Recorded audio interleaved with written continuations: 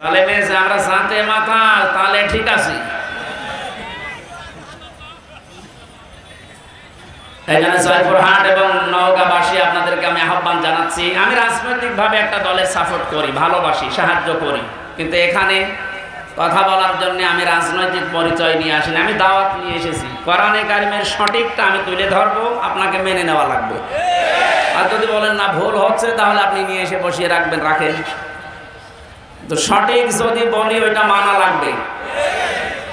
এই যে বৈষম্য, কোরআনে কারিমে আল্লাহ কোনো বৈষম্য রাখেননি, রেখেছেন যে সকালে এক কথা বললেন বিকালে আবার এক কথা, এরকম কথা কোরআনে আছে? নেই। যে কোথায় পেলেন? নেই, কোথায় আছে? সূরা নিসা ৫ নাম্বার পারার ১০ নাম্বার পৃষ্ঠার ৩ নাম্বার লাইনের ৮২ নাম্বার আয়াত। আফালা ইয়াতাদাব্বারুনাল কুরআন ওয়ালাউ কানা মিন ইনদি গায়রিল্লাহি লাওয়াজাদু ফীহি ইখতিলাফান কাসীরা। আল্লাহ পাক বলেন, কি হয়েছে তোদের? কেন আমার কোরআন নিয়ে চিন্তা ভাবনা করিস না? আমি আল্লাহ কোরআনে যত বক্তব্য দিয়েছি, পারস্পরিক বিরোধী কোনো বক্তব্য কোরআনে কারিমে নেই। এটা যে আমি আল্লাহর কালাম, এটা তার ১ নাম্বার পরিচয়। যদি বলেন সুবহানাল্লাহ। বৈষম্য বিরোধী ছাত্র আন্দোলনে যারা নেতৃত্ব দিয়েছেন, আমি ৫০০-র উপরে নাম পেয়েছি। যতগুলো মানুষের কথা শুনছি, প্রত্যেকেই চায় যে বৈষম্য যা আছে সব যেন দূর হয়ে যায়। কথা বলে না কেন? ওরা কোরআনে কারিমের এই আয়াতটা, এর বাংলা অর্থ যদি জেনে থাকে, কালকে যে গণজনের বক্তব্য শুনেছি, ওরা চায় এই দেশে কোনো বিষয়ে যেন বৈষম্য আর না থাকে। আমরা এইটা চাই। কোরআন ও কারিমে আল্লাহ এইটাই দিয়েছেন। দূর হওয়া যখন আরম্ভ হয়েছে, যাদের দ্বারা বদনাম হয়ে গেল এ দেশটার, যাদের দ্বারা প্রশাসনের বদনাম হয়ে গেল, যাদের দ্বারা বিচার ব্যবস্থার বদনাম হয়ে গেল, একটাকেও যেন ছাড় দেওয়া না হয়। কারণ জালেমকে ছাড় দেওয়া মানে মাজলুমের উপরে জুলুম করা। রিমান্ডে যারা আল্লাহর পর্যন্ত ভুল ধরেছিল দেখেছিলাম, অথচ নামে মুসলমান। বিচার ব্যবস্থায় যারা উল্টা পাল্টা ইসলামের নামে বক্তব্য দিত, ওই চেয়ারে বসে বসে আমার সামনে একটাকে ধরেছে, বিসি আলাদা করে ফেলেছে। ওনাকে কাঠ গড়ায় দাঁড়িয়ে বলছে যে মারবেন, মারেন, তবে আবার বিসি খেয়ে নেবেন।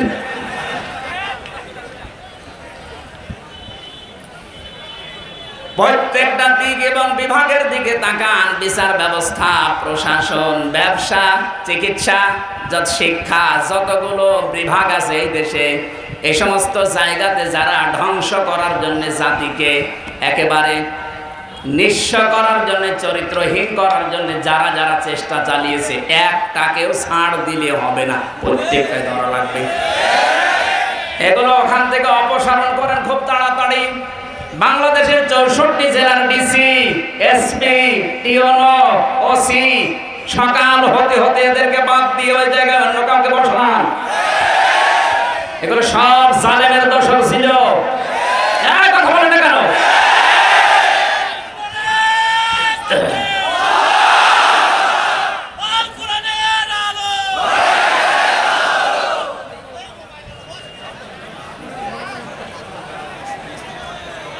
নওগাঁবাসী, আমি যে কথা বলার জন্য পর্যন্ত এসেছিলাম, শহীদদের ব্যাপারে কেউ যেন মুখ খুলবেন না, উল্টা পাল্টা ধারণা করবেন না। এটা কোরআন দিয়ে আল্লাহ নিষেধ করে দিয়েছেন ১৫০০ বছর আগে। যারা এগুলো করছেন, এখনো পর্যন্ত আপনি ঘরের ভেতরে আছেন, আপনিও থামেন। যদি ওই লোকটা রফিক, কয়েকদিন আগে এই লোকটা মা পৌঁছেছে যে আমার ভুল হয়ে গেছে, আমি কেমন যেন বলে ফেলেছিলাম। মুক্তিযোদ্ধা, মুক্তিযোদ্ধা এ নাম নিয়ে, এ আবেগ নিয়ে খেলা করার জন্য যে মানুষগুলো এতদিন পর্যন্ত জাতিকে উল্টা পাল্টা বুঝিয়েছে, এ শব্দ দিয়ে এখন আর জাতিকে বোঝানো সম্ভব না। কারণ পাকিস্তানেরাও বলছে আমি কে, তুমি কে, ওরা রাজাকার। বাংলাদেশ বলছে কেন? কারণ আমরা তো বলেছি রাজাকার। আহ্বান জানাবো এরকম উল্টা পাল্টা ধারণা কথা বলবেনও না, করবেন না। সুতরাং যারা এনে দিলেন আল্লাহ এই আবাবিল পাখির মতো, আল্লাহ রাব্বুল আলামিন এদের পরিবার এবং যারা অসুস্থ হয়ে এখনো পর্যন্ত প্রায় 750-র উপরে এখন হাসপাতালে, আমার কুষ্টিয়াতে এখনো প্রায় 23 জন হাসপাতালে পড়ে আছে। আল্লাহ এদেরকে শেফায়ে কামেলা আজেলা নসিব করুন, বলেন আমিন। দরুদ আর সালাম পাঠ করছে আমাদের নবী, যাকে আল্লাহ নাম ধরে ডাক দিয়েছেন। কোরআন শরীফের ভেতরে বিশ্ব নবীকে আল্লাহ ডাক দিয়েছেন 56 বার। মেন নাম আমি পেয়েছি নবীজির 7টা। কয়টা? আপনি ঘুমাচ্ছেন? আমি এমনি বলছি না, এই কথার একটা শিক্ষা আছে এই জন্যে, কারণ এই আরেকটা ষড়যন্ত্র শুরু হচ্ছে কিছু মানুষের দ্বারা। আমি ওইটা যেন নিরসন হয় এই কারণে এই শব্দটা বলছি। এদিকে তাকান, নবীজিকে আল্লাহ কোরআনে ডাক দিয়েছেন 7টা নামে, বিশেষ করে তার ভেতরে 1 নম্বরে ডাক দিয়েছেন ইয়াসিন। ইয়া হরফে নেদা, ইয়া মানে হে, সিন মানে সাজ্জিদ। এই শব্দটা নিয়ে মুফাসসিরিনে কিরাম, বিশেষ করে তাফসিরে কাবীর আল্লামা ফখরুদ্দীন রাজি রাহমাতুল্লাহ আলাইহি, উনি সিন শব্দের 5টা অর্থ দিয়েছেন। তিনি বলেন সিন মানে সাজ্জিদুল আলামিন, সিন মানে সাজ্জিদুল বাশার, সিন মানে সাজ্জিদুল কাউনাইন, সিন মানে সাজ্জিদুল আম্বিয়া, সিন মানে সাজ্জিদুল মুরসালিন। সুতরাং আল্লাহর ঘোষণা দেওয়া নেতা এই দুনিয়ায় একজন, তার নাম মুহাম্মাদুর। এবার আসেন তো শব্দের ব্যাখ্যায় যায়। আল্লাহ যে নিজে ডাক দিলেন ইয়াসিন, হে নেতা। কিসের নেতা?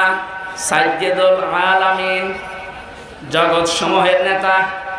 শুধুমাত্র বাংলাদেশ না, শুধুমাত্র ভারত, ইন্ডিয়া, পাকিস্তান না, এ দুনিয়ায় এখন 228টা রাষ্ট্র আছে। আপনি যেখানেই বাস করেন, এগুলো একটা গ্রহের ভেতরে পৃথিবী নামক এরকম বহু গ্রহ নক্ষত্র আল্লাহ বানিয়েছে, যেখানে মানুষ যেতে পারে। ইয়াতানাজ্জালুল আমরু বাইনাহুন্না, ওই সমস্ত জায়গায় আল্লাহর সৃষ্টি আছে, সেখানে আল্লাহর বিধিবিধান নাজিল হচ্ছে।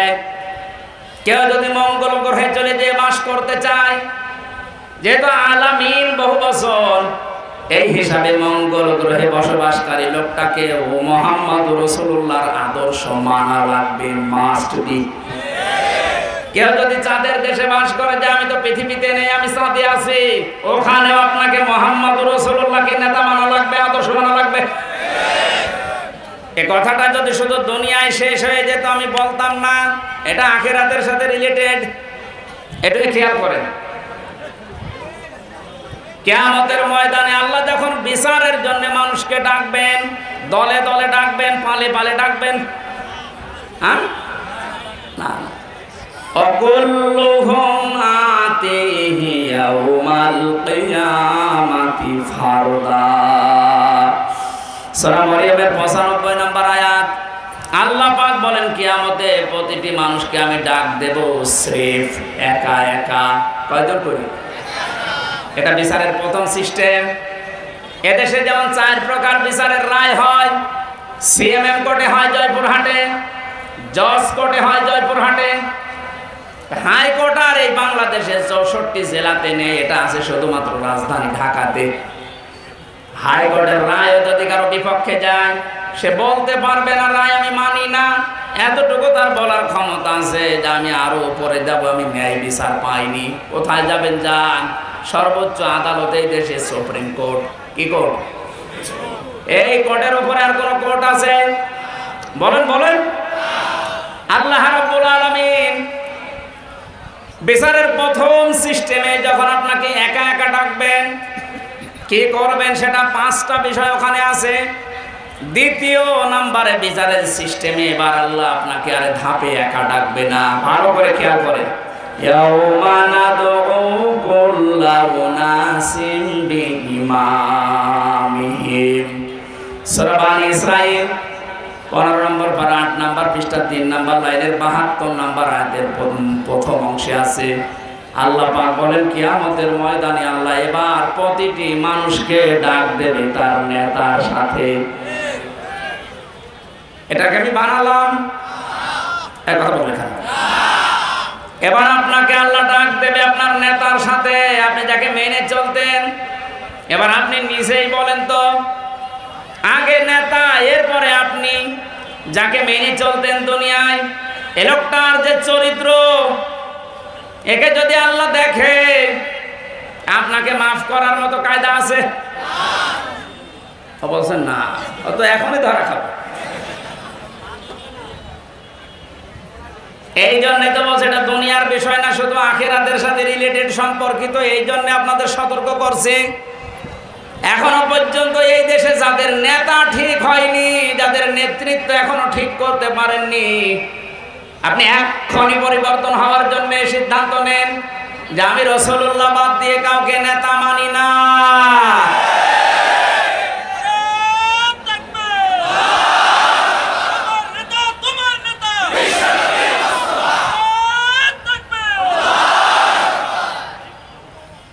এখন যদি বলেন রাসূলুল্লাহ তো নেই, তাহলে নেতা কি আর মানবো না?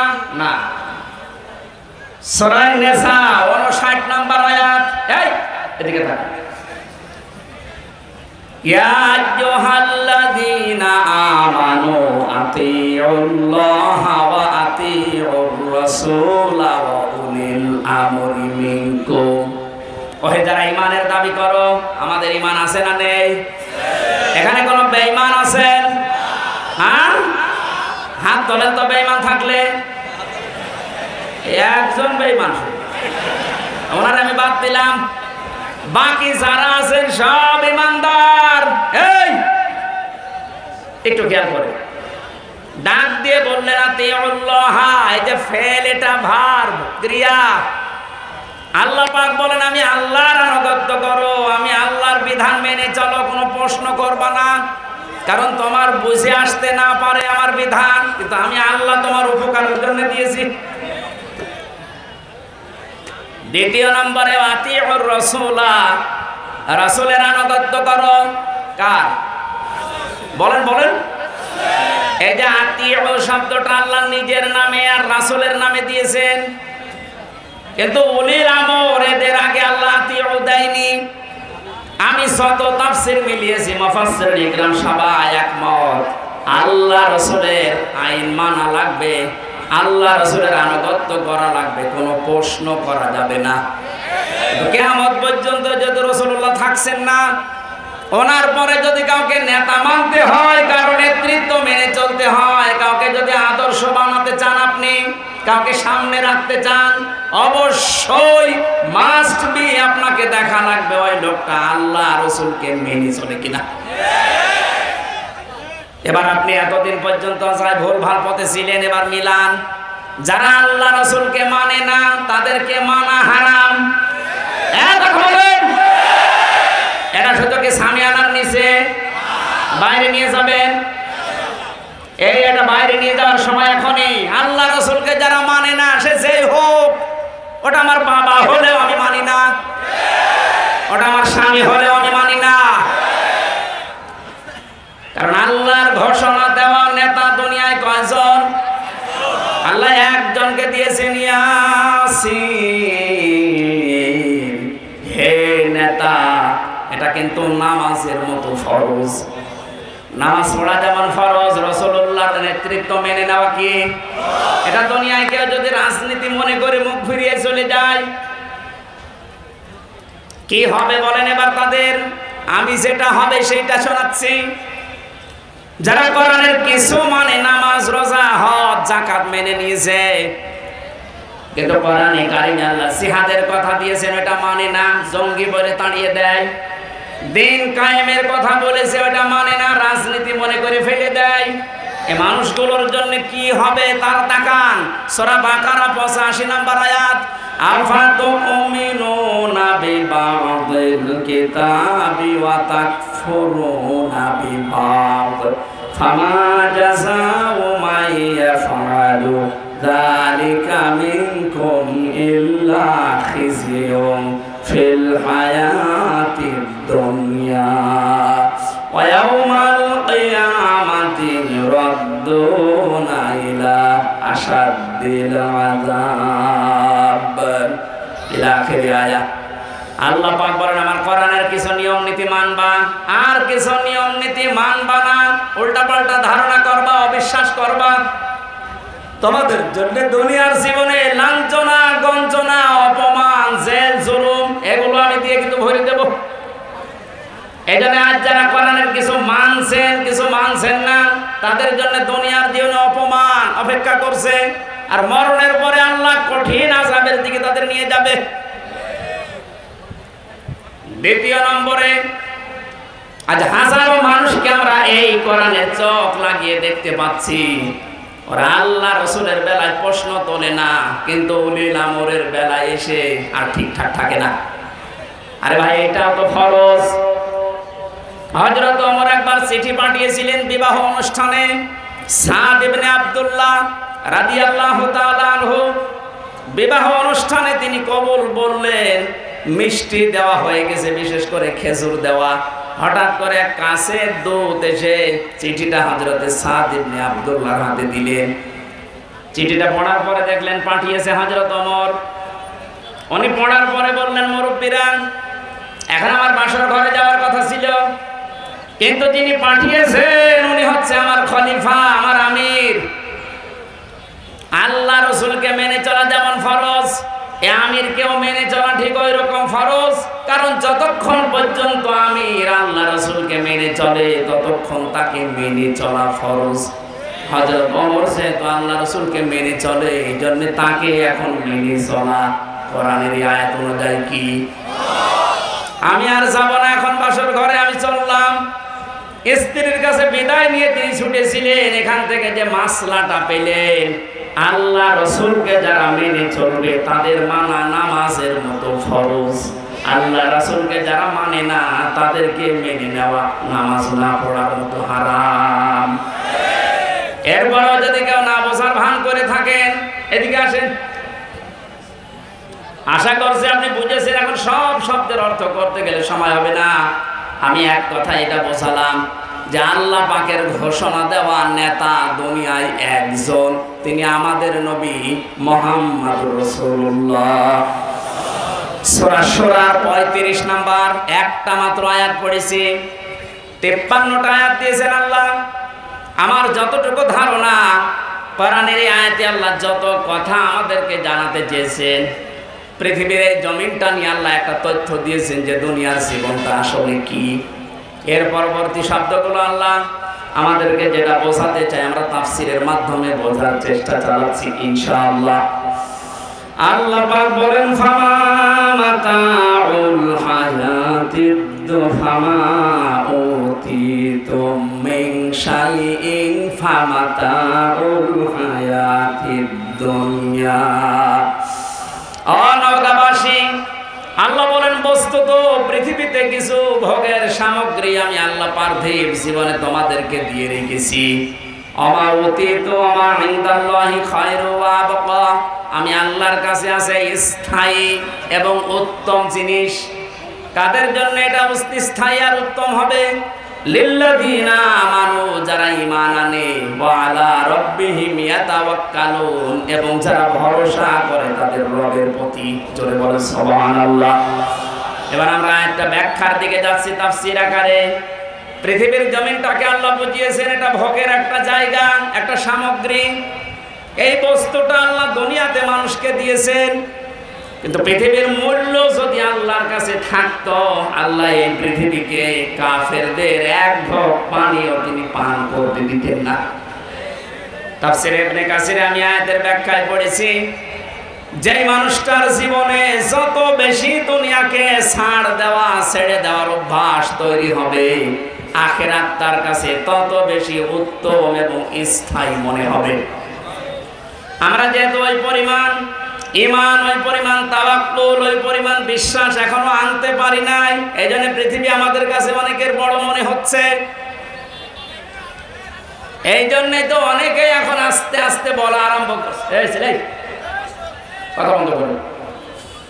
পৃথিবীর মর্যাদা বিশ্ব নবী জানিয়েছেন, আল্লাহর কাছে যদি একটা মাছের দানার পরিমাণ হতো, দানা, আমার আল্লাহ পৃথিবীতে কোন অস্বীকারী কাফেরকে এক ঢোক পানিও পান করতে দিতেন না। যেহেতু পৃথিবীর মূল্যটা এরকম, এই জন্য আমরা এখানে যেন ধোকায় পড়ে না থাকি। আসল সফলতা বিফলতা মানুষের কিন্তু এখন না, আসল সফলতা হচ্ছে মরণের পরে আল্লাহ যদি মাফ করে তাকে জান্নাত দেয়, এটা আসল সফলতা। আর দুনিয়ার সফলতা কি? ফামান যুহজিহা আনিন নার ওয়া উদখিলাল জান্নাতা ফাকাদ ফাজ আমাল হায়াতুদ দুনিয়া ইল্লা মাতাউল গুরুর।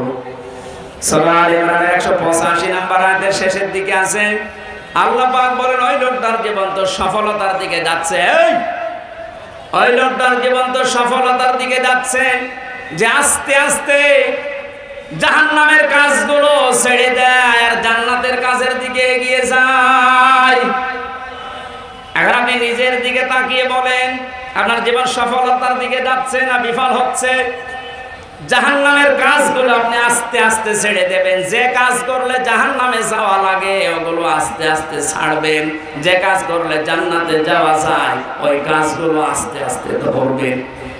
আল্লাহ শেষের দিকে জানিয়েছেন পৃথিবীর মানুষেরা দুনিয়ার জীবনটা কিন্তু খেল তামাশা ধোঁকা ছাড়া কিছু না। যাদের জন্য যাই করছো এগুলো সব ধোঁকা। যদি প্রমাণ পেতে চাও একটু পরীক্ষা করে দেখো। এই মাতাউল গুরুরের ভেতরে পৃথিবীর সব কিছু আছে, আপনার মা বাবা আছে, এটা ধোঁকা। বলতে পারেন মা বাবার জন্য দুনিয়া আসলে এটা ধোঁকা, মানে হ্যাঁ ধোঁকা। কোন স্বার্থে যদি তাদের আঘাত লাগে দেখবেন ওইটা উল্টিয়ে যাবে। আপনার স্ত্রী এটা ধোঁকা। যদি পছন্দ না হয় কথা আপনি আজকে বাড়িতে পরীক্ষা করেন। স্ত্রীর মহব্বত আপনার চাইতে বেশি যাদের প্রতি, তাদেরকে একটু কিছু করেন, দেখবেন আপনার যে ভালোবাসা পুরো উঠিয়ে গেছে। আপনার সন্তানাদি এটাও ধোঁকা। মাতাউল গুরুরের ভেতরে সব আছে। এজন্য পৃথিবীর এই ধোঁকার পেছনে থেকে আমার আখিরাত যেটা, এটা যেন আমি নষ্ট না করি। হ্যাঁ, এদের সাথে সম্পর্ক থাকবে আমার অতটুকু যতটুকু আমার আল্লাহ আমাকে জানিয়েছে। আমাকে রিমান্ডে নেওয়ার সময় যে হিন্দু অফিসারটা ছিল, এই লোকটা আমারে বলছিল, হুজুর আমি মিশনে গিয়েছিলাম একটা মুসলিম দেশে, ওখানে এক হোটেলে খাবার খেতাম 2 বছর। ওদের ভাষাটা আমি আয়ত্ত করে ফেলেছি। শেষ পর্যন্ত যে খাবার দিত, পরে শুনলাম যে ওই ছেলেটা এই হোটেলের মালিকের ছেলে। ওনাকে একদিন প্রশ্নই করলাম যে আপনি এত বড় হোটেলের মালিক, প্রতিদিন টাকা হাজার হাজার টাকা আপনি গুনতেছেন, আর ছেলেটাকে বানিয়ে দিয়েছেন হোটেলের বয়। ও পানি নিয়ে এসে দেয়, তরকারি নিয়ে এসে দেয়। একটা কথা হলো, ওই লোকটা ওর ভাষা দিয়ে ওই হিন্দুকে বুঝিয়েছে যে আপনি কি, কোথায় বাড়ি এবং কি কোন ধর্মের লোক আমি জানি না, তবে আমরা কোরআনে কারিমের যে বিষয়গুলো বুঝেছি। সূরা তাকাবুরের 14 নম্বর 15 নম্বর আয়াতটাকে নাকি পড়ে শুনিয়েছিল। কোরআনে কারিমে আল্লাহ জানিয়েছেন, ইয়া আইয়ুহাল্লাযীনা আমানু ইন্না মিন আজওয়াজিকুম ওয়া আওলাদিকুম আদুওয়াল লাকুম ফাহদারুহুম ইলা আখিরি আয়াত। ও হে যারা ঈমানের দাবি করো, ভালোভাবে সাবধান হও। তোমাদের স্ত্রী, তোমাদের সন্তানাদি, মাল, এগুলো কিন্তু মাঝে মাঝে তোমাদের শত্রু হয়ে দাঁড়াবে। এদের ব্যাপারে সতর্ক থাকো। আমার এই সন্তানটা জন্ম দেওয়া, একে দিনের শিক্ষা দেওয়া, এর একটা সুন্দর অর্থবোধক নাম রাখা, এর একটা সৎ পাত্রী থেকে পাত্রস্থ করা, এবং এই ছেলেটার একটা কর্মজীবন যায় সেটা তৈরি করে দেওয়া, এই 4টা দায়িত্ব রাসূলুল্লাহ আমাকে দিয়েছে। আমার এই ছেলেটার প্রতি আমি 4টায় পালন করেছি। হবার পরে একটা সুন্দর অর্থবোধক নাম দিয়েছি ওরে।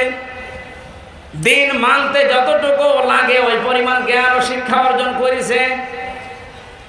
3 নম্বর ওটা জায়গা দেখে আমি জায়গা দেখে বিবাহ সাধু দিয়েছি। 4 নম্বরে ওর একটা হালাল কর্মজীবন দরকার ছিল। যেহেতু আমার ওই পরিমাণ সেরকম ক্যাপাসিটি নেই, এই জন্য আমি আমার নিজের জায়গা ওকে হালাল পয়সা উপার্জন করার একটা মাধ্যম তৈরি করে দিয়েছি। আমার এই ছেলেকে আমি অবৈধ চেয়ারে বসাবো, এই জন্য আমার টাকা পয়সা খরচ করে ওই চেয়ারে বসিয়ে আমি তো আমার আখিরাত নষ্ট করতে পারি না। ওরা কোরআনে কারিমকে যেভাবে বুঝেছে, আমল করেছে, আমাদের দেশে আমরা যদি সবাই এইভাবে চিন্তা ভাবনা করতাম, আমাদের দেশটাও পরিচ্ছন্ন হয়ে যেত। বাবা মা বড় ভাই যারা আছে এরা মনে করে আমার এই ভাইকে, আমার এই ছেলেকে মেয়েকে এমন চেয়ারে তুলে দেওয়া লাগবে, যোগ্যতা থাকে থাক, না থাকে না থাক। যার ফার্স্ট ক্লাস ফার্স্ট ছিল, যার যোগ্যতা ছিল, তার টাকা নেই, এই জন্য চেয়ারে দেওয়া হয়নি। টাকা 20 লাখ 50 লাখ দিয়ে এই যে আল্লাহর ওলি দীপু মনি বিভিন্ন বিশ্ববিদ্যালয়ের ভিসি নিয়োগ দেওয়ার জন্য 2 কোটি টাকা করে হালাল মনে করে ফিস, আর বিভিন্ন কলেজের মাদ্রাসার এই সমস্ত জায়গায় 20 লাখ 30 লাখ 50 লাখ করে টাকা উনি নিয়েছে, আর বাকিগুলো তো বাদ দিলাম। আমি ওনাকে নাম ধরে বললাম এই কারণে আপনি দৃশ্য দেখেন কি হইল তার এই টাকা। এখন ডিম খাচ্ছে, পচা ডিম, আর কিল ঘুষি গালিগালাজ তো আছে। এতগুলো পুলিশ বেষ্টনীতে থাকার পরও যেভাবে লাথি গোতা কিল খাচ্ছেন, বাইরে যদি আসতেন আপনাকে জনগণ পিটিয়ে মেরে ফেলত। কার জন্য কি করেছিলেন আপনি বলেন? কিচ্ছু সাথে নিতে পারছেন না। যতগুলো মামলা হত্যা আপনার নামে, এখন যদি সঠিকভাবে ইনসাফ ভিত্তিক রায় তো হবে আশা করছি, রায় যদি হয় সারা জীবন জেলের ভেতরে থাকা লাগবে, কোনো উপকারে আসবে না টাকা। পৃথিবীর জমিনটা ধোঁকা, আমরা জানি ধোঁকায় আবার না পড়ি। আমরা যারা আখিরাতকে গুরুত্ব দেই, সামনে আমাদের বিশাল একটা জীবন পড়ে আছে, এটা যত বেশি গুরুত্ব দেবেন আপনি দেখবেন এই পৃথিবীর জমিনটা আপনার কাছে সহজ মনে হবে। কোনো টেনশন চিন্তা আপনার ভেতরে ঠাঁই পাবে না। জামাতে ইসলামের আমিরের নাম বলছি কারণ আমি দেখেছি, এই কারণে এত বড় কঠিন বিপদ চলছিল ওই সময়। ওনার ছেলেও জেলে, ওনার স্ত্রী অসুস্থ, ওনার লক্ষ লক্ষ যারা নিজের কর্মী সহকর্মী তারা সব পালিয়ে বেড়াচ্ছে, জেলখানায় ভর্তি। এমন কঠিন মুহূর্তে কোনো টেনশন, কোনো চাপ, চিন্তার রেখা শরীরের ভেতরে, চেহারার ভেতরে নেই। ওনাকে বললাম স্যার আপনি তো কথা বলেন না, একটা মোবাইল তৈরি করে নিয়ে আসা যায় এখানে, বিভিন্ন কায়দায় নিয়ে এসে দেয়। আমার বলছে হামজা মোবাইল দিয়ে কি করব? মানে আপনার সন্তান জেলে, আপনার স্ত্রী অসুস্থ, আমরা শুনেছি আপনার নিজের সহকর্মী সহযোদ্ধা যারা তারা হাজার হাজার জেলে, অনেকে পালিয়ে বেড়াচ্ছে, একটু সান্ত্বনা দেন বাড়িতে। আমার যে কথা বললো, ওনার কথা শোনার পরে আমার এই আজটা মনে হয়েছে। আমার বলছে হামজা যাদেরকে বাইরে রেখে এসেছি ওদের জন্য আমার আল্লাহ যথেষ্ট। এরকম কঠিন মুহূর্তে কথা বের হওয়া যেমন তেমন ইমানের কাজ না। কত বড় বড় আলেম দেখেছি আমি কেন্দে মরে যায়, অথচ কান্না কাটি তো দূরের কথা, এই কথা আমার শুনিয়েছে। তখনই বুঝেছি ওনার মান কত উপরে। আল্লাহ পাক বলেন ওয়া ইনদাল্লাহি খায়রু ওয়া আবকা, আমি আল্লাহর কাছে কিন্তু তোমাদের জন্য স্থায়ী এবং উত্তম এই বিষয় দুইটাই আমি রেখে দিয়েছি। দুনিয়ার জীবনকে যত ছাড় দিতে পারবা, আখিরাত তত বড় করে তোমার নজরে আমি দেখাবো। আমার তো মনে হচ্ছে ওই মানুষগুলোকে আল্লাহ এই আয়াত এবং আয়াতের বাস্তবতা ফেরেশতা দিয়ে দেখাচ্ছে। চুপ করে, দুইটা গুণ এখানে আমরা পেয়েছি। আল্লাহ বলেন সবাইকে আমি দেব না, দেখেন তো আপনার ভেতরে আছে কিনা। লিল্লাযিনা আমানু, যারা ঈমান আনে। প্রশ্ন আসতে পারে আমার ঈমান নেই, আছে, আপনার ঈমান আছে কিনা এবার দেখেন। রাসূলুল্লাহ 1500 বছর আগে জানিয়েছে ইদা সাররাতকা হাসানাতুকা ওয়া সাআতকা সাজ্জিয়াতুকা ফাআনতা মুমিন। মুসলিম শরীফের হাদিস। নবীজি বলেন তোমার ভালো কাজ যদি তোমাকে আনন্দ দেয়, আর অন্যায় অবৈধ বিবেক বহির্ভূত যে কাজ আছে, সমাজ বিরোধী, ইসলাম বিরোধী, মানবতা বিরোধী, এরকম কোন কাজ যদি তোমার সামনে হয় আর তুমি যদি কষ্ট পাও, তাহলে বুঝবা তোমার ঈমান আছে। ও বাংলার মুসলমানেরা, আজ যাদের ইমানদার মনে করেন 14 বার হজ করেছে, মাথায় পট্টি দিয়ে থাকে, বিশাল ইমানদার, তাহাজ্জুদ ছাড়ে না, যায় নামাজ খোঁজে, ঘুম থেকে উঠে কোরআন শরীফ খোঁজে। আপনি তাকান তো, ভালো কাজ তাদের কাছে ভালো লেগেছে না? তাফসীর মাহফিলগুলো ভালো কাজ না খারাপ কাজ? এইটা যারা ৪৪ ধারা জারি করে করে বন্ধ করে দিয়েছে। আর অন্যায় কাজ দেখলে যাদের কাছে খারাপ লাগে না, আয়না ঘরের দৃশ্য তো সে নিজে জানতো যে এটা আমি বানিয়েছি, এটা কেমন। এটা জানার পরেও যে মানুষগুলোর কোনোদিন আফসোস হয়নি, দুঃখ লাগেনি, এই ৮ বছরের ভেতরে একবার একটু জানানো যেত না ব্যারিস্টার আরমানের? তারপর কাছে একটু গোপনেও তো বলা যেত যে চিন্তা করবেন আপনার স্বামী আছে। আপনি কত বড় মানবতা বিরোধী অপরাধ এটা টের পাচ্ছেন? এত বড় কঠিন অবস্থা যাওয়ার পরে তার মনের ভেতরে কোনো প্রতিক্রিয়া নেই। তাহলে হাদিস অনুযায়ী তাদের ঈমান থাকে কি করে? ঈমান যাদের নেই, বাংলায় বলি তারা বেঈমান। বেঈমান মারা গেলে জানাজা আছে, কবর আছে, দোয়া করা জায়েজ আছে। ঈমান তো আছে তার যার কাছে ভালো কাজ করলে আনন্দ লাগবে, সে যেই হোক। অন্যায় দেখলেই তার খারাপ লাগবে, কষ্ট লাগবে। অথচ এই হাদিসের 2টা পয়েন্ট আমরা পুরো উঠিয়ে ফেলেছি। যাদের কাছে খারাপ কাজগুলো কষ্ট দেয় না, ভালো কাজগুলো আনন্দ দেয় না, তারা আজ বড় বড় ইমানদার হয়ে বসেছিল। এই যে দরবেশ মাসে কয়েকবার নাকি, আজকে পড়লাম কয়েকবার রিমান্ডেও নিজে স্বীকার করেছে আমরা মাসে কয়েকবার ওই জায়গায় যে মদের আড্ডায় বসিয়ে মদ খাতাম। আপনার এই মুখের উপরে ছিল এটা কি? এ দাড়িটা মেকি দাড়ি, এই জন্যই তো দাড়ি কেটে পালাচ্ছিল। এটা মানুষকে ধোঁকা দিয়ে বোকা বানানোর দাড়ি। আল্লাহ পাক অপমান এমন কায়দায় করেছে, এখন তো লজ্জায় মরে যাওয়ার কথা। ওয়ালা রাব্বিহিম ইয়াতাওয়াক্কালুন, তারা ভরসা করে আল্লাহর প্রতি। এই যে 2টা গুণ, ঈমান এবং ভরসা, আমি তো বাস্তব ওয়াজ করছি এই কারণে, কারণ এটা আমি নিজে দেখে এসেছি। মীর কাশেম আলী শহীদ, এই বাংলাদেশে যদি মনে হয় 100 জন ম্যাগনেট থাকে, তার ভেতরে তিনি 1 নাম্বার। এক কথা বলছেন, লক্ষ লক্ষ মানুষের কর্মসংস্থান তৈরি করে দিয়েছে। তা হারাম কর্মজীবন না হালাল? অনেকে তো হারাম কর্মজীবন তৈরি করেছে। এক কারারক্ষী এসে আমার একদিন বলছিল, হামজা ভাই, শহীদ মীর কাশেম আলী এই লোকটার যেদিন ফাঁসি হবে, মাত্র 3 ঘন্টা আগে ওনারে বললাম আপনি প্রস্তুতি নেন। আমার বলছে কারারক্ষী ভাই, এখন 3 ঘন্টা বাকি আছে, আমি 2 ঘন্টা ঘুমিয়ে গেলাম, তুমি আমারে ডাক দিও। কারারক্ষী বলছে দেখলাম ঠিক ঘুমিয়ে গেল। 2 ঘন্টা পরে ডাকলাম, ওঠার পরে গোসল করে ওযু করে চা বানালেন কারেন্টের শর্ট দিয়ে। আমাকে বলছে চা খান, আমি বললাম না। উনি নিজে চা খেয়ে নামাজ শেষ করার পরে বলছে জল্লাদ শাহজাহানকে ডাক দে, আমি প্রস্তুত হয়ে গেছি, মনে হয় শ্বশুর বাড়ি যাবে। কারারক্ষী আমার বলছে হুজুর 2 ঘন্টা পরে 3 ঘন্টা পরে যার ফাঁসি, তার ছেলে ব্যারিস্টার আরমান গুম হয়ে আছে, তার স্ত্রী অসুস্থ, তার দলের লোক হাজার হাজার ছেলে পালিয়ে বেড়াচ্ছে। তার এই কঠিন অবস্থায় ঘুম আসলো কি করে আমার বুঝে আসে না আজ পর্যন্ত। আমি বললাম আপনার বুঝে আসে না, কিন্তু আমি বুঝেছি।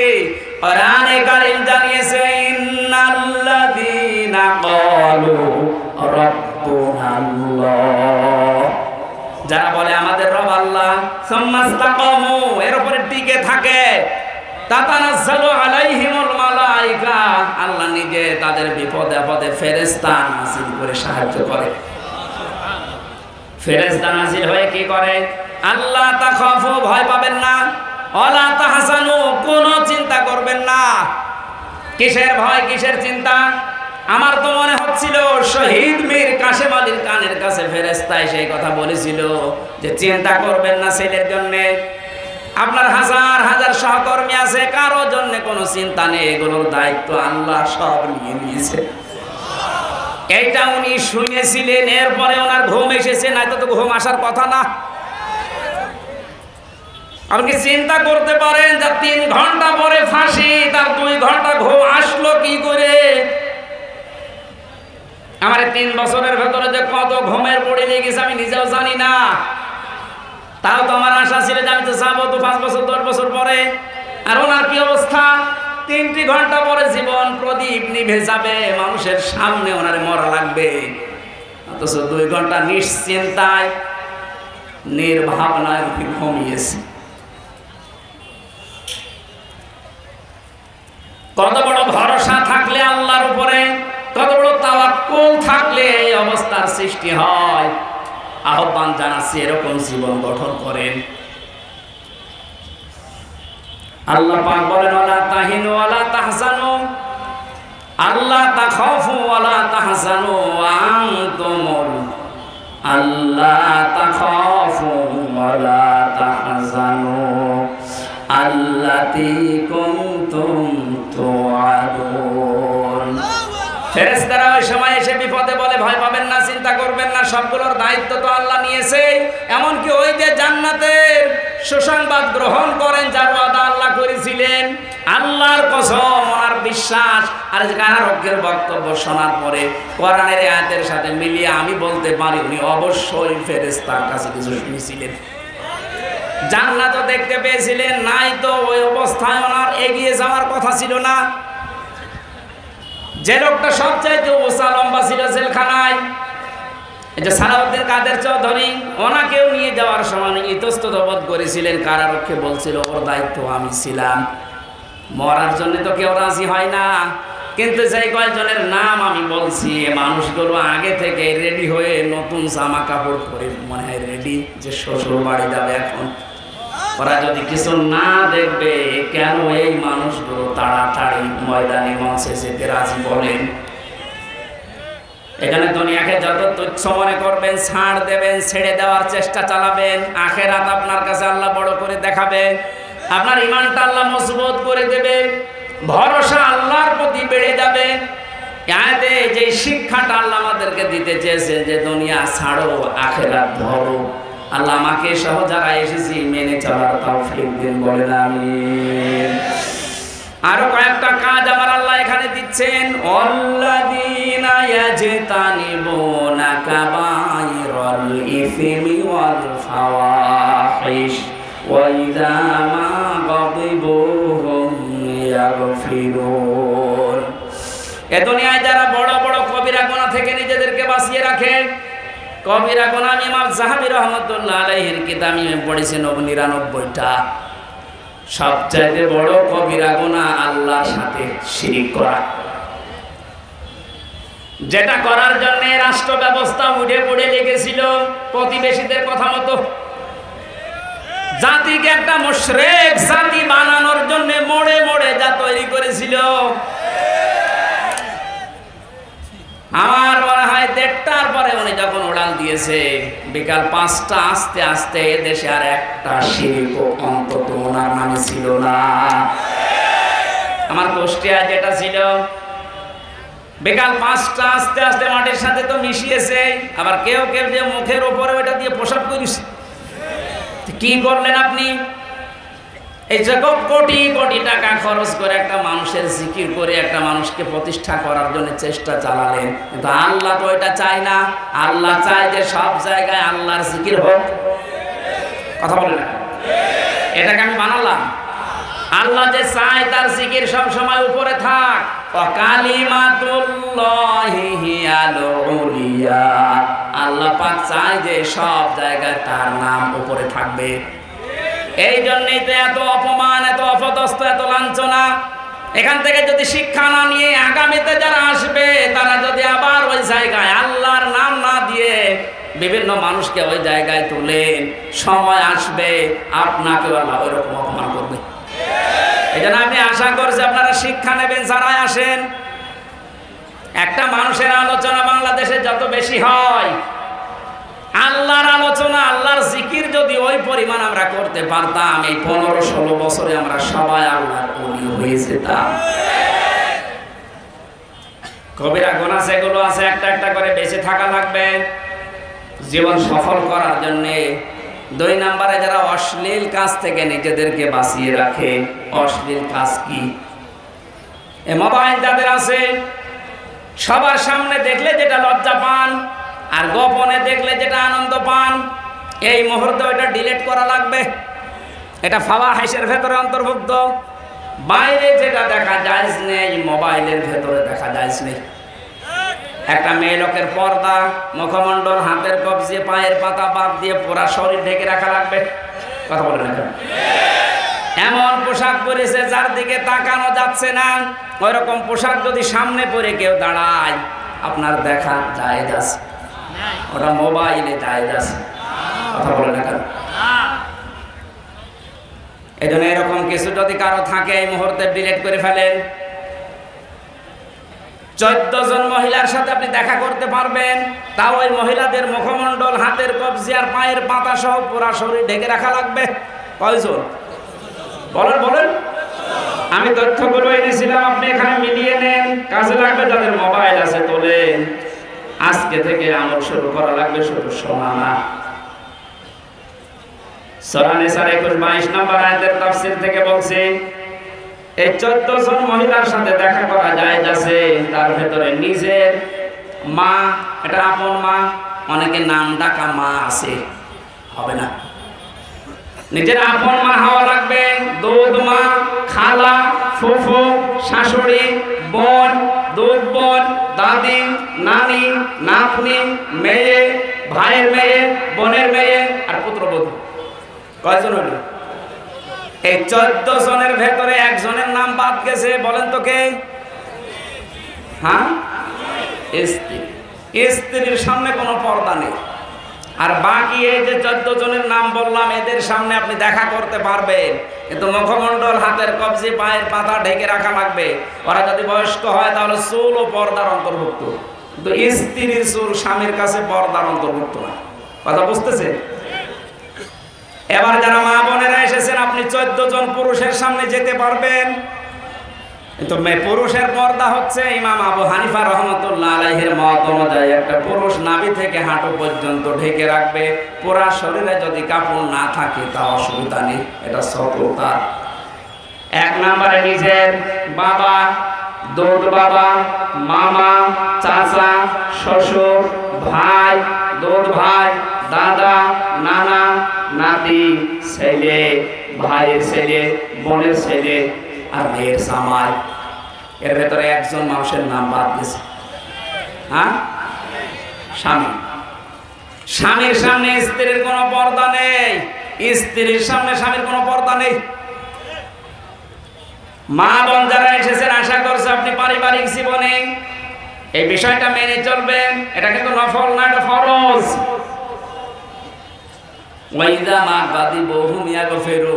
আল্লাহ বলেন, ওদের যখন রাগ হয় ওই মানুষগুলো কঠিন মুহূর্তেও মাফ করে দেয়। এটা চূড়ান্ত পর্যায়ে আজ দেখেছেন বাংলাদেশ জামাত ইসলামের আমির। তাছাড়া কেউ দেখাতে পারছে না, অনেকে লুটপাট আরম্ভ করেছে, প্রতিশোধের উপরে প্রতিশোধ নিচ্ছে, কিন্তু এই লোকটাও তো প্রতিশোধ নিতে পারতো।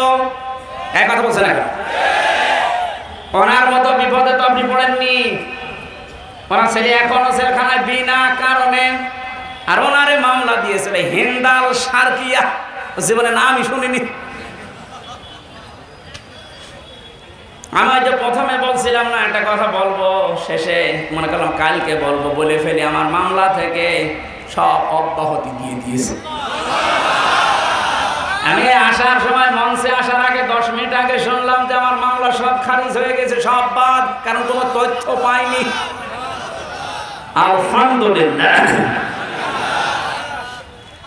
কঠিন মুহূর্ত চলছে এখন। উনি যেহেতু মাফ করার ঘোষণা দিয়েছে, সাধারণ ক্ষমা, আমরা যারা আছি আমরা এখন অত্যাচারিত হয়েছি। কোরআনে আছে, ওয়াইনা আকাবতুম ফাআকিবু বিমিসলি মা উকিবতুম বি, যতটুকু অত্যাচারিত হয়েছিলে অতটুকু যদি করো তাহলে দোষ হবে না। তারপরে যেহেতু আমাদের অভিভাবক, আমাদের মাথার তাজ, উনি সাধারণ ক্ষমার ঘোষণা দিয়েছে, আমরাও মাফ করে দিলাম। কিন্তু আপনারা নিজেদেরকে নিজেরা মাফ করতে পারবেন না, কারণ যা করেছেন এটা তো আপনি নিজেকে নিজেরা মাফ করতে পারবেন না। আজকে আকিস গ্রুপের মালিক আমাকে কল দিয়ে বলেছিল, আপনার এই মামলার কারণে, আপনি যেহেতু আমাদের কাছে চাকরি করতেন মসজিদের খতিব হিসাবে, আপনার মামলার আয়ুষে ছিল এই মিজানুর রহমান আর শেখ ইমরান এএসপি, ওরাই 5 তারিখের আগেও আমাদের কাছে টাকা নিয়েছে।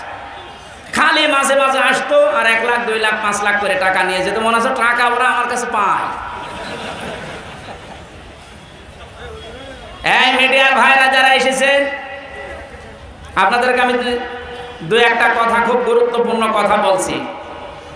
1 নম্বরে, এই আজকের এই মাগরিবের আগ পর্যন্ত বিভিন্ন জায়গা থেকে একটা নাম্বারে, আমি জেল থেকে বের হওয়ার পর থেকে টাকা নেওয়া আরম্ভ করেছি। বলছে হুজুর অসুস্থ, অথবা হুজুরের ডেট খালি আছে, এ মাসে এরকম 10টা আছে, অথবা উনি ত্রাণ দিতে যাবে, একটা টাকা পাঠান, এই সমস্ত কথা বলে 10-20। আজ নওগাঁ এই ধামুরহাটের এক লোক আজকে দেখা করলো, ওর কাছে 35,000 টাকা নিয়েছে। আমি নাম্বারটা বলছি, একটু মিলিয়ে দেখবেন। এই রকম নাম্বারে যদি সারা দেশে এটা ছড়িয়ে দেবেন। এই লোকটার নাম রানা দাস, হিন্দু, এ বাড়ি কুমিল্লা মুরাদনগরে। আমি জিডি করেছিলাম কুষ্টিয়া থানায়, কিন্তু থানায় তো উড়ে গেছি, থানার নেই। এরপরে ডিজিএফের প্রধান যিনি এখন দায়িত্বে আছে, উনি আজকে কথা বললো, আমি ওনার নাম্বারটা দেবো। আপনাদেরকে সতর্ক হওয়ার জন্য বলছি এই নাম্বারে। এখন যদি আবার আজকেও নাকি একজনের কাছে, আমি নিজে কল দিয়েছিলাম একবার, আমারে বলছে টাকা পাঠান। টাকা পাঠান মানে বলছে আমি আমির হামজা বলছি। আরে শয়তান, এই নাম্বারটা একটু লিখে নেন তো, আর ছড়িয়ে দেবেন। যাদের ফেসবুক আছে বেশি ফলোয়ার, তারা ছড়িয়ে দেবেন। 01834 049716। আমি আবার বলছি 01834 049716। এ হোয়াটসঅ্যাপে কথা বলে, সরাসরি কথা বলতে চাই না।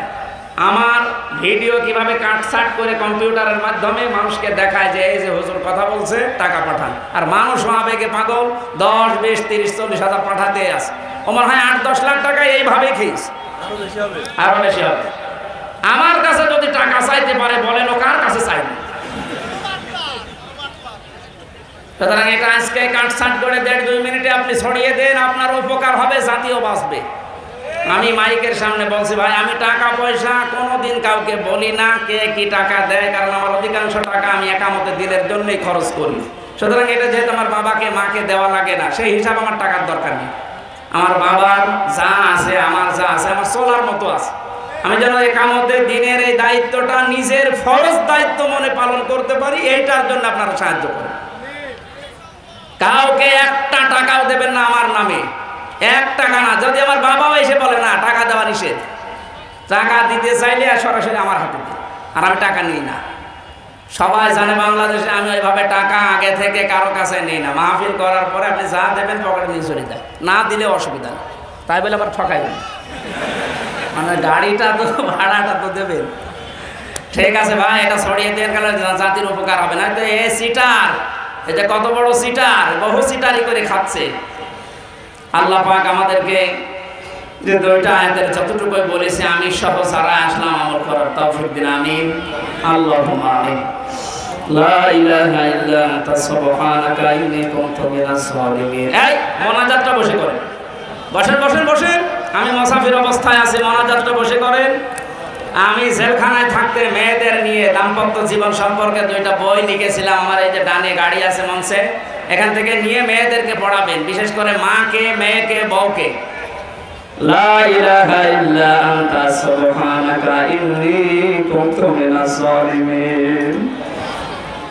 রব্বুল আলামিন, বড় আশা নিয়ে গভীর রজনীতে আমরা হাত তুলেছি, জীবনের অপরাধগুলো মাফ করে দাও।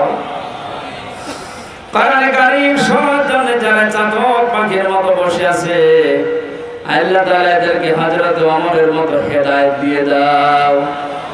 বুকের উপর থেকে বিশাল এক পাথর তুমি নামিয়ে দিয়েছো আল্লাহ। সবচেয়ে বড় শান্তি পেতাম যদি দেখতাম তোমার আইন দিয়ে আমাদের ভূখণ্ড বাংলাদেশ চলছে। জীবনে বহু মোনাজাত করেছি আল্লাহ তাআলা, বড় আশা নিয়ে আমরা মোনাজাত করছি তোমার কাছে। তুমি নিজেই জানিয়েছো, উদউনি আস্তাজিব লাকুম, আমাকে ডাকো আমি ডাকের সাড়া দেব। এই আয়াতকে 100 ভাগ বিশ্বাস করে আমরা ডাক দেই। রব্বুল আলামিন, দেশের অধিকাংশ মানুষ চায় যে তোমার আইন দিয়ে দেশটা চলুক, চর্ম চোখে যেন দেখতে পারি বাংলার সংসার কোরআন দিয়ে চলছে। যে মানুষগুলো ইখলাসের সাথে দায়িত্ব পালন করছে, আল্লাহ তাআলা যে মানুষগুলোর কুরবানি তোমার পছন্দ হচ্ছে, একামতে দিনের দায়িত্ব পালন করার জন্য সব কিছু যারা ছেড়ে দিয়েছে, দুনিয়াকে যারা তুচ্ছ মনে করে, আল্লাহ তাআলা ওই মানুষগুলোকে তুমি সুস্থ রাখো, ভালো রাখো, আর ইখলাস বাড়িয়ে দাও, ওদের আখিরাতে বিশাল ঘর তুমি তৈরি করে দাও। মা বোনেরা পর্দায় থাকার তৌফিক দাও, স্বামী সোহাগিনী বানিয়ে দাও। আমরা যারা অসুস্থ আছি আমাদেরকে শেফায়ে কামেলা আজেলা দান করো।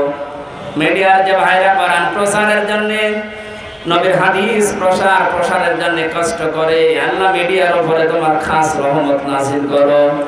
এদেরকে তুমি অন্যায় কোনো কাজে জড়িয়ে দিও না, ইসলাম প্রচারের জন্য মাধ্যম হিসাবে কবুল করে নাও। বিশেষ করে রাজশাহীর তাজিব সেন্টার, রস টিভি সহ, মুসলিম টিভি সহ, আমি নাম অনেকের জানি না, যারাই কোরআন প্রচারে ব্যস্ত আছে, আল্লাহ এদের ব্যবসা বাণিজ্যে বরকত দিয়ে দাও। হক কথাগুলো সঠিকভাবে ছড়িয়ে দেওয়ার তৌফিক এদেরকে দান করো। এ মাহফিলের আয়োজন করতে গিয়ে তোমার যে বান্দারা শ্রম দিয়েছে, আল্লাহ মনের ভেতরে যার যে কামনা বাসনা আছে পূরণ করে দাও। যে ঘর বানানোর জন্য এরা উদ্যোগ নিয়েছে, তোমার ওই ঘরের যত প্রয়োজন আল্লাহ তুমি মিটিয়ে দাও। মাহফিলের প্রধান অতিথি ডাক্তার ফজলুর রহমান সাহেব সহ সভাপতি, পরিচালক সহ যত আলেম এখানে এসেছে, মাওলানা রেজাউল করিম, মাওলানা ইয়াসির আরাফাত, যত আলেম এসেছে, আল্লাহ আলেমদেরকে তুমি বাঁচাও, তাদের সম্মান মর্যাদা তুমি বাড়িয়ে দাও। আমার কণ্ঠটা তুমি ভিক্ষা দাও, কথা বললে আমার গলা ব্যথা হয়ে যায়। জেলখানায় তারা কি খাওয়িয়েছে, কি দাওয়িয়েছে তুমি দেখেছো, শরীর এখন আমার স্বাভাবিক হচ্ছে না। আল্লাহ তোমার কাছে ভিক্ষা চাচ্ছি, আমার শরীরটা তুমি সুস্থ করে দাও, আমার কণ্ঠটা তুমি ভিক্ষা দাও। আল্লাহ তাআলা আমার জ্ঞান মেহেরবানি করে তুমি বাড়িয়ে দাও। সহজ সরল ভাষায় কোরআনের কথাগুলো তোমার বান্দা বান্দীদের কাছে পৌঁছাতে পারি তৌফিক দাও। মরণ আসলে যেন কথা বলতে পারি, লা